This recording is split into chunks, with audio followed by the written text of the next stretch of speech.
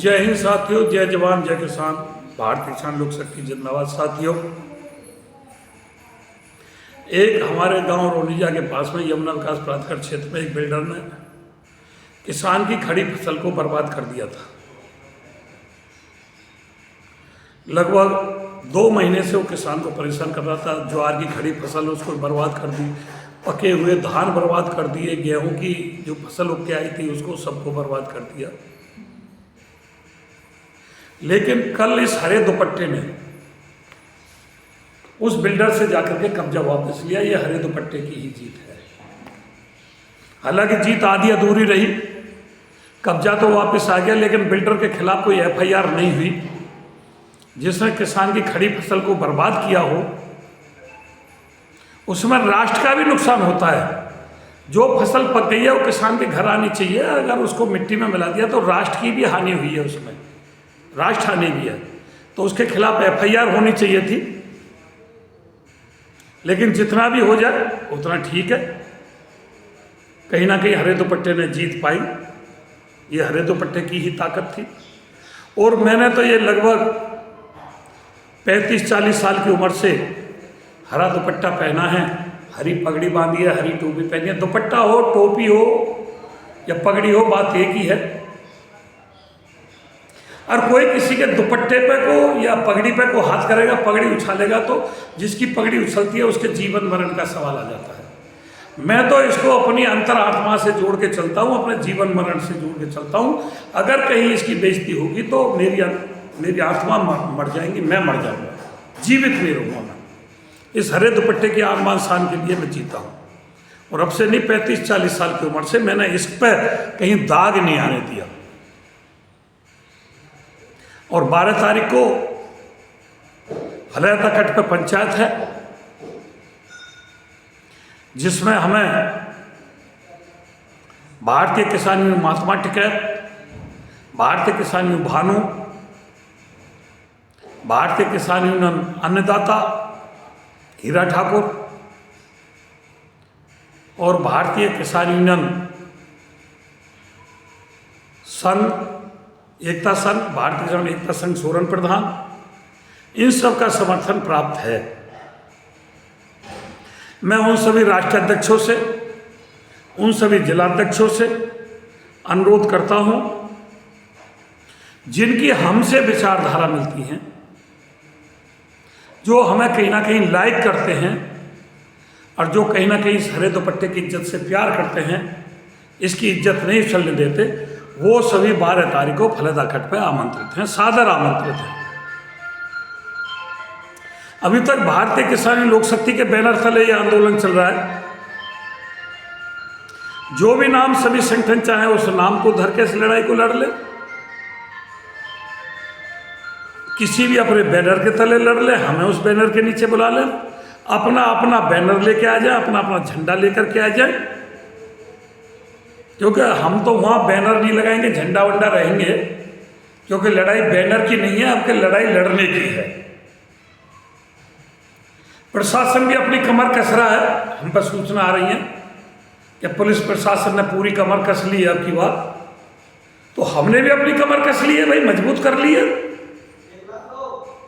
जो होगा देखा जाएगा। लेकिन हरे दुपट्टे की आन बान और शान तीनों के लिए मास्टर स्वराज मर मिट जाएगा, लेकिन इसकी इज्जत पर कहीं धब्बा नहीं आने देगा, दाग नहीं आने देगा, कोई भी हो।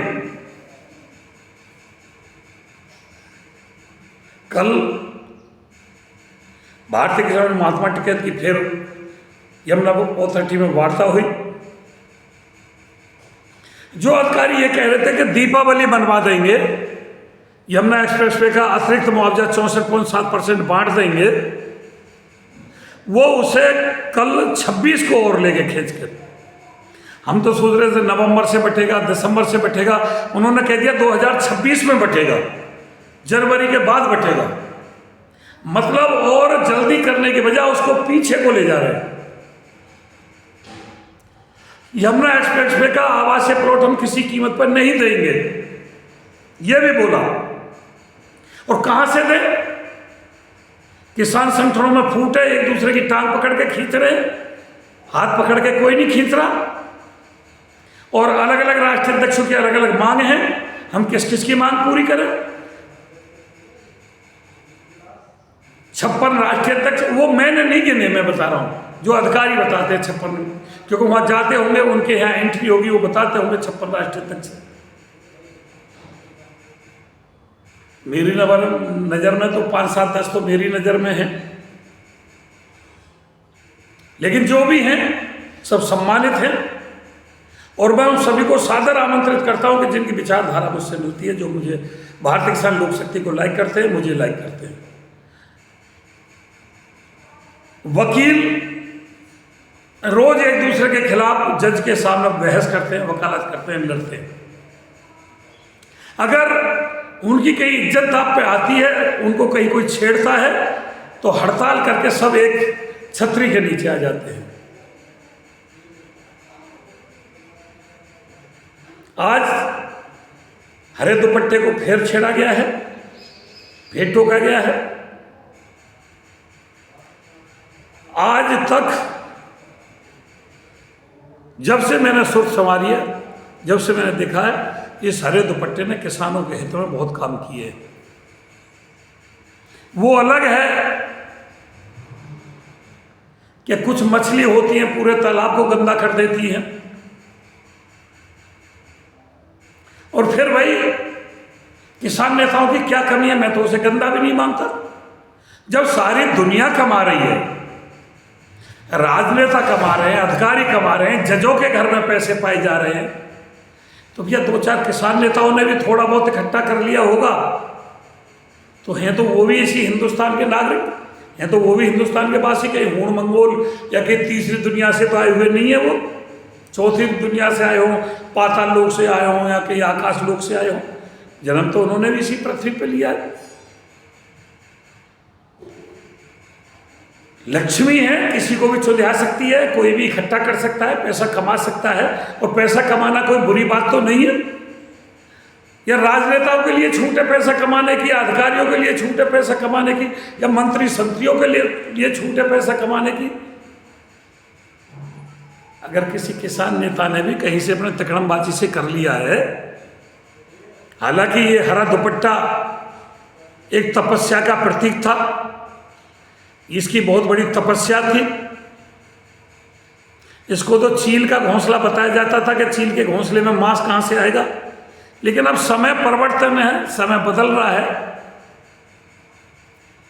कुछ लोग मान सम्मान स्वाभिमान के लिए जीते हैं, तो कुछ पैसे के लिए जीते हैं, वो अलग बात है। लेकिन मैं तो कहता हूं, जो सभी कमा रहे हैं तो उन्होंने भी कमा लिया, तो कोई दोष नहीं भाई।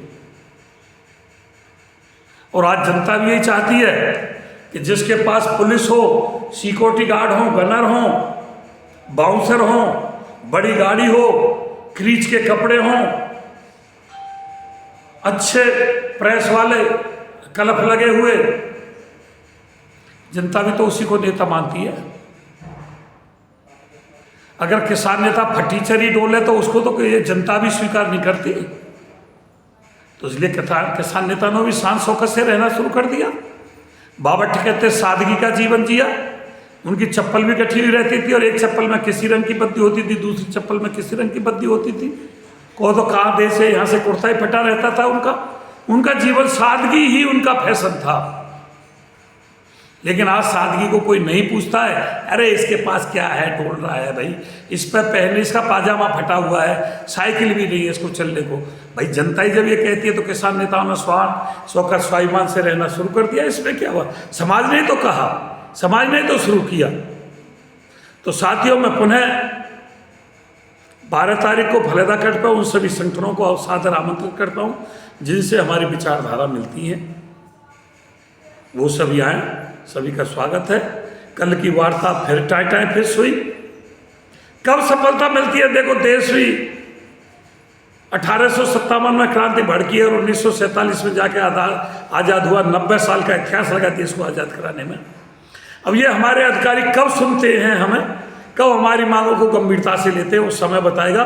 बाद बाकी हम अपना कर्म, धर्म, कर्म और फर्ज सब निभा रहे हैं। बाद बाकी क्षेत्र देख रहा है, समझ भी रहा है। कोई बोले ना बोले वो अलग बात है, लेकिन अंतरात्मा सबकी समझ रही है। धन्यवाद। जय हिंद, जय भारत, जय भारत। लोग